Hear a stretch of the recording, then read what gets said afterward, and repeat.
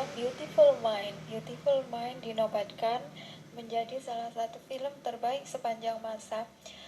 Ini menceritakan tentang seorang ahli matematika jenius bernama John Fortescue yang memiliki gangguan psikologis, yaitu skizofrenia. Gangguan ini membuatnya sering berhalusinasi menciptakan tokoh-tokoh yang ternyata hanya hayalan saja. Ada 3 tokoh dalam kehidupan John yang ternyata adalah hasil dari halusinasi saja, yaitu Carlos Herman yang merupakan teman sekamarnya selama di universitas. Yang kedua, William Pacher yang dipercayai John sebagai agen pemerintah, serta Marcel yang merupakan keponakan dari Carlos Herman. Keadaan ini membuatnya seringkali dibayangi ketakutan dan juga membuatnya kesulitan berpikir secara rasional. Dalam prosesnya, John diberikan beberapa obat antibiotik yang dapat membantunya. Sayangnya, John menganggap obat-obatan tersebut mengganggu kemampuannya berpikir dan akhirnya ia memilih untuk tidak menggunakannya. Namun saat ia memilih untuk tidak meminum obat-obatnya tersebut, halusinasi dan kenyataan menjadi tercampur baur dalam kehidupannya. Sehingga perlahan ia belajar untuk mengobati kondisi tersebut dengan kekuatannya sendiri tanpa pengaruh obat.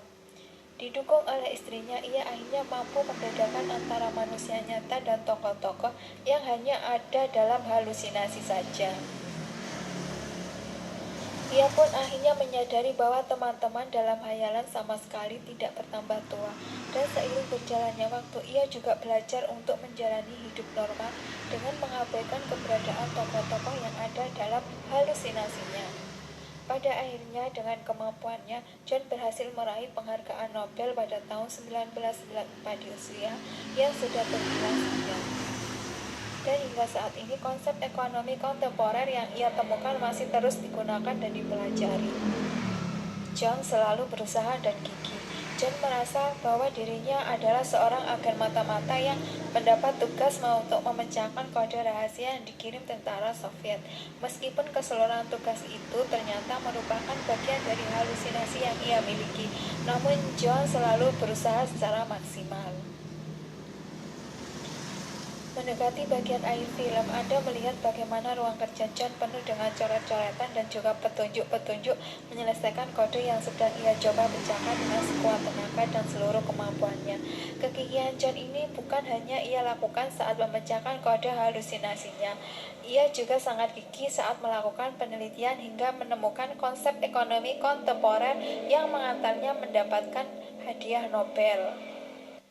John muda menyelesaikan pembelajarannya di Princeton University sebelum konsep ekonomi baru ia temukan. Teori ekonomi saat itu telah ada adalah teori ekonomi modern, yaitu yang ditemukan Adam Smith.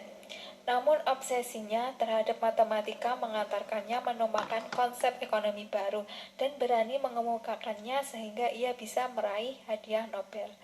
Ceritanya tentu saja akan berbeda jika John tidak berani mengungkapkan teori yang ia miliki karena berbeda dengan selama ini yang digunakan oleh banyak orang. Selain itu, John juga menolak untuk mengikuti perkuliahan dan lebih banyak menghabiskan waktu di luar kelas. Meskipun jarang mengikuti perkuliahan, John lebih banyak menggunakan waktunya untuk belajar dan mencari literatur atas apa yang ia pelajari di perpustakaan. Dan begitulah ia berhasil meraih gelar doktor dan bekerja di pusat penelitian bergengsi yaitu Wheeler Defense Lab di MIT.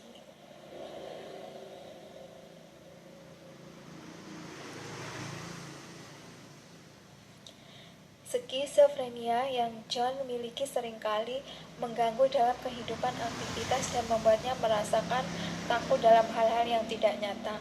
Kondisi ini tentu saja berat bagi John dan maupun istrinya. Meskipun begitu, istrinya John terus berusaha mendukungnya sepenuh hati, bahkan pada saat-saat tersulit ketika John menolak melakukan pengobatan. Dengan dukungan dan istrinya, pelan-pelan John berjuang untuk bangkit dan melawan skizofrenia yang ia miliki hingga akhirnya ia bisa membedakan mana yang kenyataan dan mana yang hanya halusinasinya. Dalam kehidupan sering kita menemukan hambatan-hambatan yang membuat kita kesulitan untuk maju. Bagi John, hambatan tersebut adalah skizofrenia yang ia miliki. John menolak menjalani pengobatan dan mengonsumsi obat karena merasa hal tersebut mengganggu sistem kerja otak dan kemampuan yang ia miliki. Di sisi lain, saat ia menolak minum obat untuk skizofrenianya, ia akan melihat halusinasi dan tokoh-tokoh yang hanya ada dalam pikiran saja di dunia nyata. Pada akhirnya, John pun bisa menolakkan hambatan yang ada dan membuktikan bahwa ia bisa sukses dengan kondisi yang seperti itu. Setiap orang pasti memiliki kekurangan. Pada kasus John, penyakit mental bisa dianggap sebagai kekurangan yang dimiliki. Namun John tidak menjadikan kekurangan tersebut sebagai batasan bagi dirinya. Pada akhirnya John memilih untuk tidak meminum obatnya. Tokoh-tokoh tidak nyata itu tetap ada dan tetap bisa terlihat oleh John. Skizofrenia yang ia miliki tetap ada dan tidak pernah sembuh hingga akhir. Namun John memilih untuk tidak menyerah dan mengabaikan halusinasinya. Meskipun berat, pada akhirnya ia bisa melaluinya. Itulah beberapa pesan yang akhirnya bisa ditemukan dalam film Beautiful Mind. Film ini mengajak untuk melihat dunia dari sudut pandang yang berbeda dan juga menunjukkan bahwa meskipun memiliki keterbatasan, siapapun bisa sukses. Ia yakin bisa melewati hambatan-hambatan yang ia temui dalam kehidupan. Pada akhirnya, keterbatasan yang dimiliki seseorang bukanlah alasan untuk berhenti dan untuk tidak sukses.